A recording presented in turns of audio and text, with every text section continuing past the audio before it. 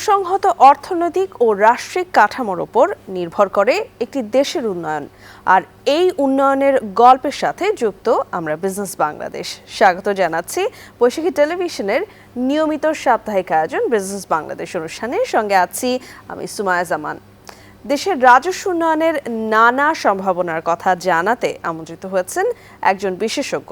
আমাদের সাথে আছেন জনাব Mohammad Anwar Hossain, commissioner of customs, NBR. স্বাগত জানাচ্ছি আপনাকে আমাদের অনুষ্ঠানে। আজ আমাদের বিষয় বর্তমান অর্থনৈতিক গতি, প্রকৃতি ও আভ্যন্তরীণ সম্পদ সংগ্রহ পরিস্থিতি। এবারে চলে যাচ্ছি মূল আলোচনায়। আমাদের দেশের বর্তমান অর্থনীতির গতির প্রকৃতিটা কেমন এখন? আমাদের দেশ খুব দ্রুত গতিতে অর্থনৈতিকভাবে এগোচ্ছে। যে আমাদের এসকেলেশনগুলো যেভাবে হচ্ছে সেটা হচ্ছে যে একসময় আমরা একটা অনুন্নত দেশ ছিলাম, অনুন্নত দেশ থেকে ধীরে ধীরে সেটা হচ্ছে উন্নয়নশীল দেশ, তারপরে স্বল্পোন্নত দেশ, এবং আমরা মধ্যমায়ের দেশ হওয়ার স্বপ্ন দেখছি খুব সহসাই।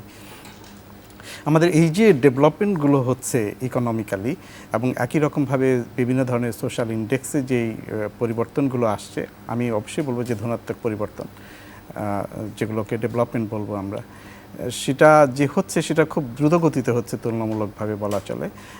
সেটা হচ্ছে আমরা কম্প্যারিজনটা এইভাবে করি যে আমাদের আশেপাশের যে দেশগুলো আছে অথবা আমাদের সমপর্যায়ের যেসব দেশ ছিল, স্বল্পোন্নত বা অনুন্নত যেসব দেশ ছিল, তাদের তুলনায় আমাদের ইকোনমিক ডেভেলপমেন্ট বা প্রোগ্রেসটা অনেক দ্রুত এবং অনেক ভালো। তো এটা শুধুমাত্র আমাদের একটা গর্বের জায়গা নয়, এটাকে ধরে রাখা অর্থাৎ সাস্টেইন করার ব্যাপারটা হচ্ছে সবচেয়ে বেশি গুরুত্বপূর্ণ। আমি পার্সোনালি যেটা মনে করি সেটা হচ্ছে যে আমাদের দেশে বিপুল পটেনশিয়ালিটি আছে উন্নয়নের জন্য, উন্নয়নের অগ্রযাত্রাকে ধরে রাখার জন্য এবং ভবিষ্যতে আরও বেশি উন্নত হবার জন্যে। সেটা কতগুলো বিষয়, একটা হচ্ছে সবচেয়ে ইম্পর্টেন্ট যেটা, সেটা হচ্ছে লিডারশিপ। তারপরে হচ্ছে যে আপনার stability in terms of political stability. Political stability থাকলে আপনারা দেখছেন যে তখন অনেক কিছু স্ট্যাবল হয়। সেটা হচ্ছে যে ব্যবসা বাণিজ্য, তারপরে হচ্ছে যে গভর্নমেন্ট যেসব উন্নয়ন প্রক্রিয়া বা প্রসেস যেগুলো থাকে তার ধারাবাহিকতা সেগুলো তৈরি হয়। তো আমি মনে করি যে তুলনামূলকভাবে আমাদের যে উন্নয়নের ধারাবাহিকতা দীর্ঘদিন ধরে চলে আসছে আমাদের দেশে, সেটা অব্যাহত আছে এবং ভবিষ্যতের জন্য আমরা যথেষ্ট আশাবাদী থাকতে পারি যে এই ধারাবাহিকতা অব্যাহত থাকবে। এবং আমাদের যে স্কেলেশন এবং যে গ্র্যাজুয়েশনের কথা আমরা ভাবছি ইকোনমিক্যালি, ইকোনমিক ইন্ডেক্সে সারা পৃথিবীতে আমাদের দেশের অর্থনৈতিক অবস্থা যে গ্র্যাজুয়েশন, সেটা খুব দ্রুত এবং সহসাই আমরা অর্জন করতে সক্ষম হব। এবং সবচেয়ে ভালো ব্যাপার যেটা, সেটা হচ্ছে যে আমাদের দেশের সরকারের কতগুলো গোল আছে, লক্ষ্য। একটা অবশ্যই আমাকে লক্ষ্যাভিসারী হতে হবে যে আমি কোথায় গিয়ে থামবো অথবা আমি কতটুকু যেতে চাই কোন সময়ের মধ্যে। সেরকম আমাদের টাইম বাউন্ড কতগুলো লক্ষ্য আছে, আপনারা জানেন 2021 ভিশন, এবং তারপরে হচ্ছে যে 50 বছর পরে যে আমরা কোথায় গিয়ে দাঁড়াবো আমাদের দেশে, সেই ধরনের পরিকল্পনা নিয়ে দেশ এগুচ্ছে। আমি মনে করি যে আমরা যথেষ্ট ভালো এবং শক্ত অবস্থানে আছি পলিটিক্যালি, ইকোনমিক্যালি। আভ্যন্তরীণ সম্পদ সংগ্রহের ক্ষেত্রে এনবিআর এর ভূমিকা আসলে কতটুকু? আমি একটু পিছিয়ে যে বলতে চাই সেটা হচ্ছে যে আমাদের দেশ ঠিক স্বাধীনতার পরপর আমাদের অভ্যন্তরীণ সম্পদ সংগ্রহের যে পরিস্থিতি ছিল, সেটা যদি বলতে চাই মাত্র 600-700 কোটি টাকা ছিল আমাদের অভ্যন্তরীণ সম্পদ সংগ্রহ তখন, আর এখন এটা প্রায় 3 লক্ষ কোটি টাকা। সুতরাং পার্থক্যটা ওইখান থেকে বোঝা যায় যে আমরা কোন অবস্থা থেকে কোথায় চলে এসেছি।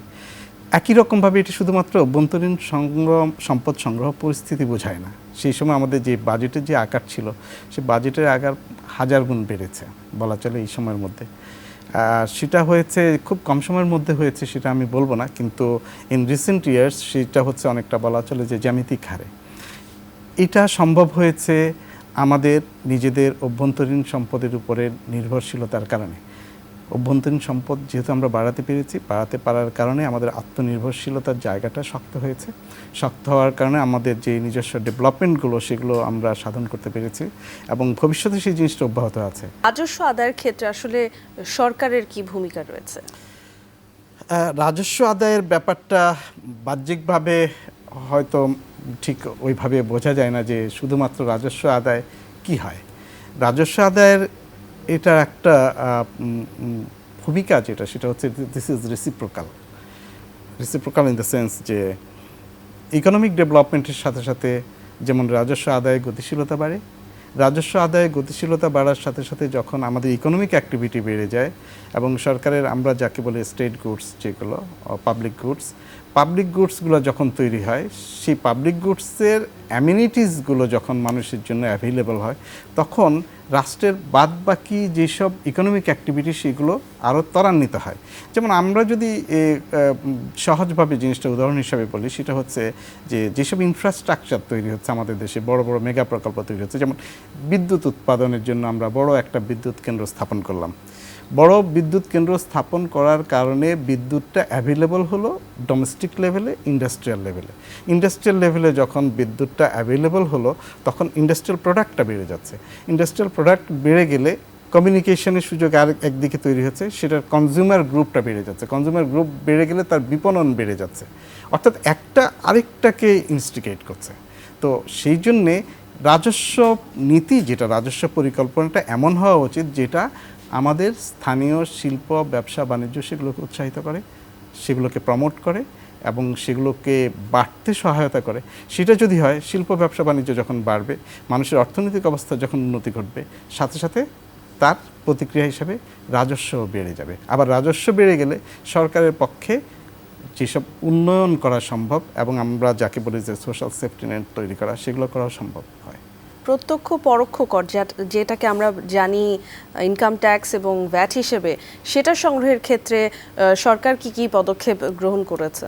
এখানে একটা বিষয় বলে রাখা ভালো যে কোনো এক সময় আমাদের দেশে প্রত্যক্ষ কর যেটা, সেটা হচ্ছে ইনকাম ট্যাক্স। মূলত ইনকাম ট্যাক্স সংগ্রহের হার আমাদের দেশে খুব একটা সন্তোষজনক ছিল না। সেটা বিভিন্ন ধরনের কারণে সেটা হতে পারে। একটা হতে পারে যে আমাদের যে স্ট্রাকচারাল যে দুর্বলতা ছিল সেটা। একই সাথে ইনকাম ট্যাক্স জিনিসটা আসলে একটু জটিলও বটে এই ধরনের ক্ষেত্রে। সেটা হচ্ছে যে পার্সোনালি আমি আমার পকেট থেকে যখন ট্যাক্সটা দেই, তখন সেটা আমি বুঝতে পারি যে আমার পকেট থেকে টাকাটা যাচ্ছে। সুতরাং এই ধরনের ক্ষেত্রে সবারই এক ধরনের রিজার্ভেশন থাকে, বড় ধরনের রিজার্ভেশন থাকে। সেটা শুধু আমাদের দেশে না, বলা চলে যে সারা পৃথিবীতে সব জায়গাতেই। এমনকি আপনারা দেখবেন মাঝে মাঝে যে বিভিন্ন উন্নত দেশগুলোতে সরকারের পরিবর্তনও ঘটে শুধুমাত্র ইনকাম ট্যাক্স বৃদ্ধির কারণে, প্রত্যক্ষ করের বৃদ্ধির কারণে। সেই জন্য প্রত্যক্ষ কর আদায় করা যথেষ্ট কঠিন ছিল। কিন্তু আমরা যদি সোশ্যাল হারমোনিটা বজায় রাখতে চাই, মানুষের মধ্যে আয় সাম্য যদি বজায় রাখতে চাই, তাহলে ইনকাম ট্যাক্স অর্থাৎ প্রত্যক্ষ কর যেটা, সেটা বাড়ানোর কোনো বিকল্প নেই। কিন্তু পৃথিবীর আবার সবগুলো দেশেই পরোক্ষ কর আছে, কারণ পরোক্ষ কর দিয়েও আমাকে কোনো না কোনো রকমভাবে এই কর ব্যবস্থাকে ব্যালেন্স করতে হয়। সাম্যটা, প্যারিটি যেটা, ইনকাম প্যারিটি, সেটা করতে হয়। পরোক্ষ কর হচ্ছে কাস্টমস এবং ভিএটি। সেটা হচ্ছে যে আমরা প্রত্যেক ভোক্তা প্রত্যেকেই কর দিয়ে যাচ্ছে। যিনি সাধারণভাবে ইনকাম ট্যাক্সের আওতাভুক্ত নন, তিনিও যখন কিছু একটা কনজিউম করেন, যে কোনো পণ্য সামগ্রী বা যে কোনো সেবা কনজিউম করেন, তখন তিনি কর দিয়ে যাচ্ছেন। পরোক্ষ কর বলি আমরা সেটাকে। উনি ঠিক সরাসরি বুঝতে পারছেন না যে উনি কর দিচ্ছেন। যে ভ্যাট, আমরা যে ধরনের সার্ভিস এবং ইউটিলিটিস আমরা বলি যে, অথবা গুডস যেগুলো আমরা কনজিউম করি, সেগুলোর জন্য আমরা ট্যাক্স দিয়ে যাচ্ছি।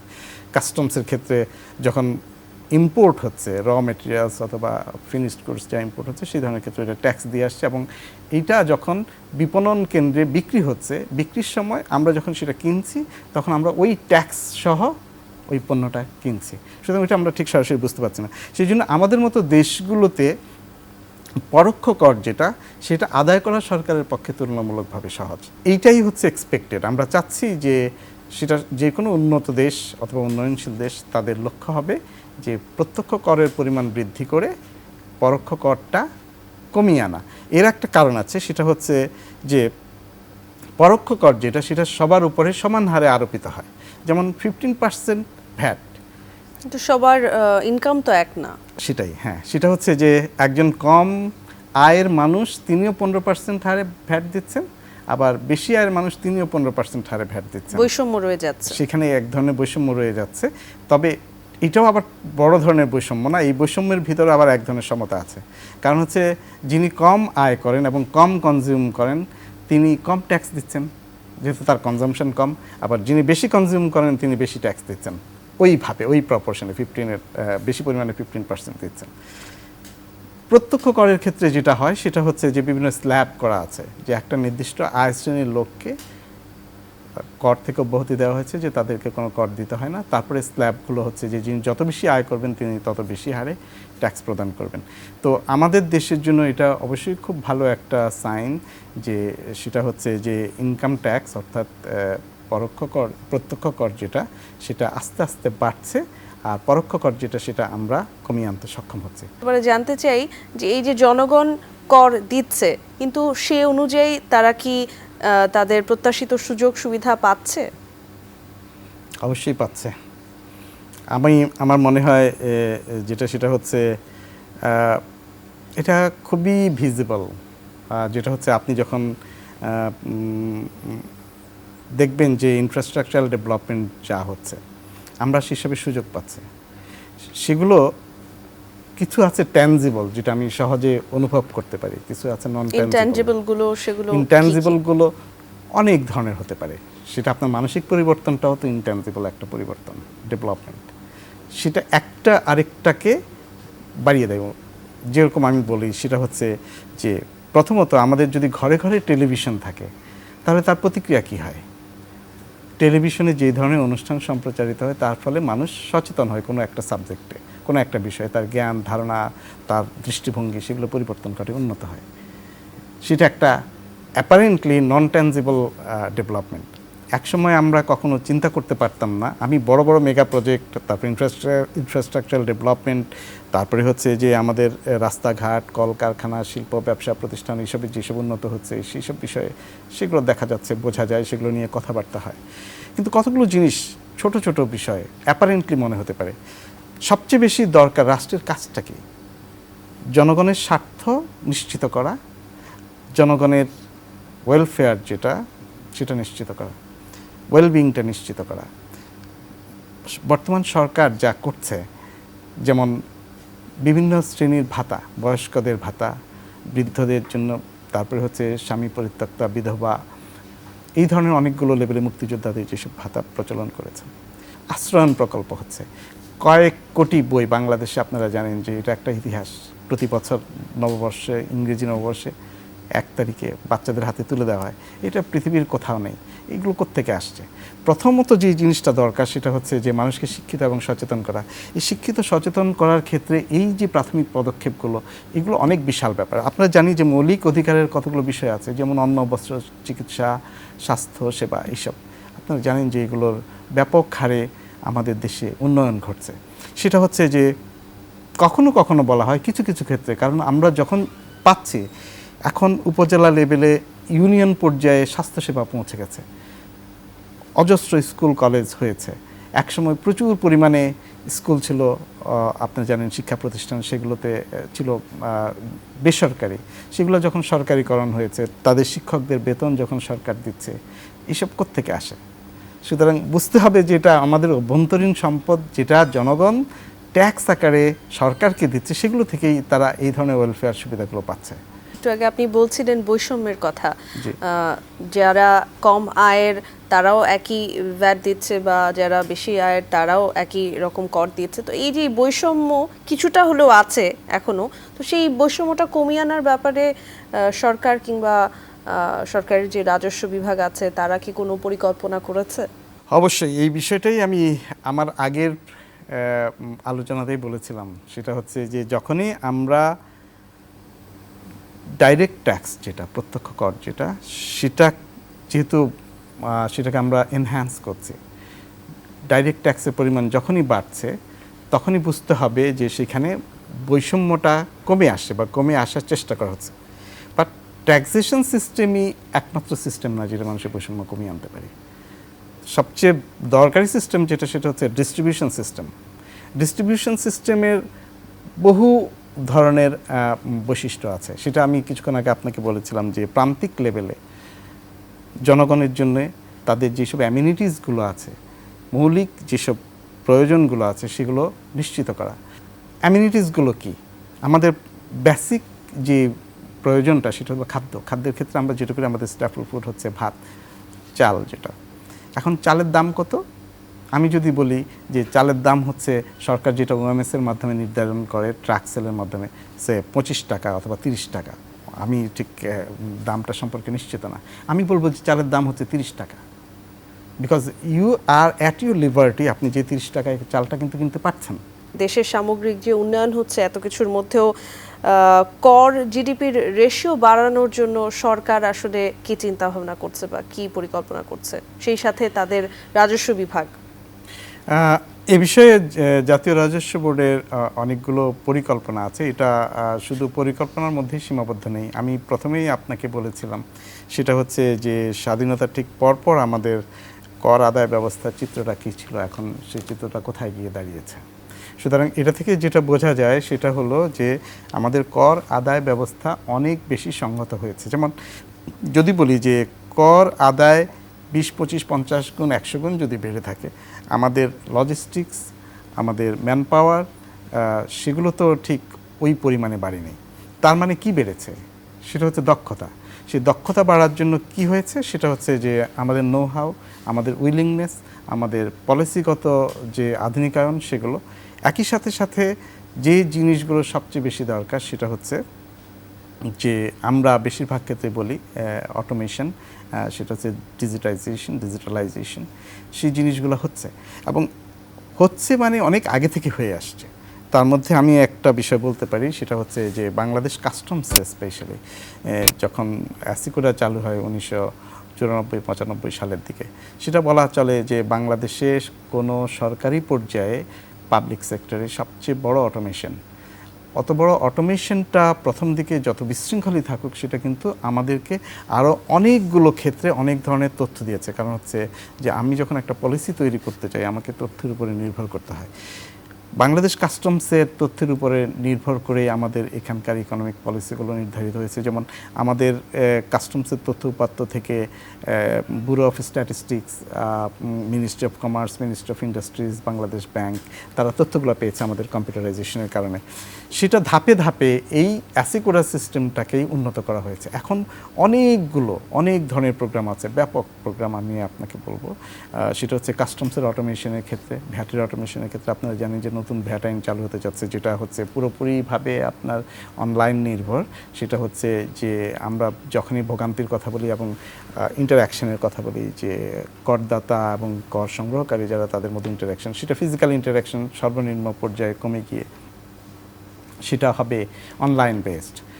You have to interact with machines, not with people. আর সেই জিনিসগুলো অনেক স্বচ্ছ হবে তুলনামূলকভাবে। সেই প্রক্রিয়াগুলো এখনও আমাদের আছে। তবে ব্যাপারটা হচ্ছে যে এগুলো গ্র্যাজুয়ালি ডেভেলপ করতে হয়। আমাদের এখানে গ্র্যাজুয়ালি ডেভেলপমেন্টটাই হচ্ছে। তবে ডেভেলপমেন্টের স্পিডটা ভালো, অবশ্যই যথেষ্ট আশাব্যঞ্জক। কর এবং জিডিপির যে রেশিওটা নিয়ে সবসময় কথা বলা হয়, সেটা আরও আগে তার পরিস্থিতি আরও খারাপ ছিল। এখন সেটা আস্তে আস্তে গ্যাপটা কমে আসছে, রেশিওটা ভালো হচ্ছে। আমরা আশা করতে পারি যে সরকারের যেসব পরিকল্পনা আছে জাতীয় রাজস্ব বোর্ডকে আধুনিকায়নের, জাতীয় রাজস্ব বোর্ডের 3টা উইংয়ের কর ব্যবস্থা আধুনিকায়নের যে পরিকল্পনা আছে, সেই পরিকল্পনাগুলো যদি ধীরে ধীরে বাস্তবায়িত হতে থাকে, আমাদের এই কর জিডিপি রেশিওটাও তখন ভালো হবে, ভালো হতে থাকবে। আপনাকে অনেক অনেক ধন্যবাদ আমাদের এই অনুষ্ঠানে আসার জন্য, আপনার মূল্যবান সময় দেওয়ার জন্য। আপনাকে ধন্যবাদ এবং আপনার মাধ্যমে দর্শকদের ধন্যবাদ। দর্শক, এই ছিল আমাদের আজকের আলোচনায়। আগামী সপ্তাহে নতুন কোনো অতিথি এবং নতুন কোনো বিষয় নিয়ে আমরা চলে আসবো আপনাদের সামনে। সে পর্যন্ত সবাই ভালো থাকুন আর আমাদের সাথেই থাকুন। ধন্যবাদ সবাইকে।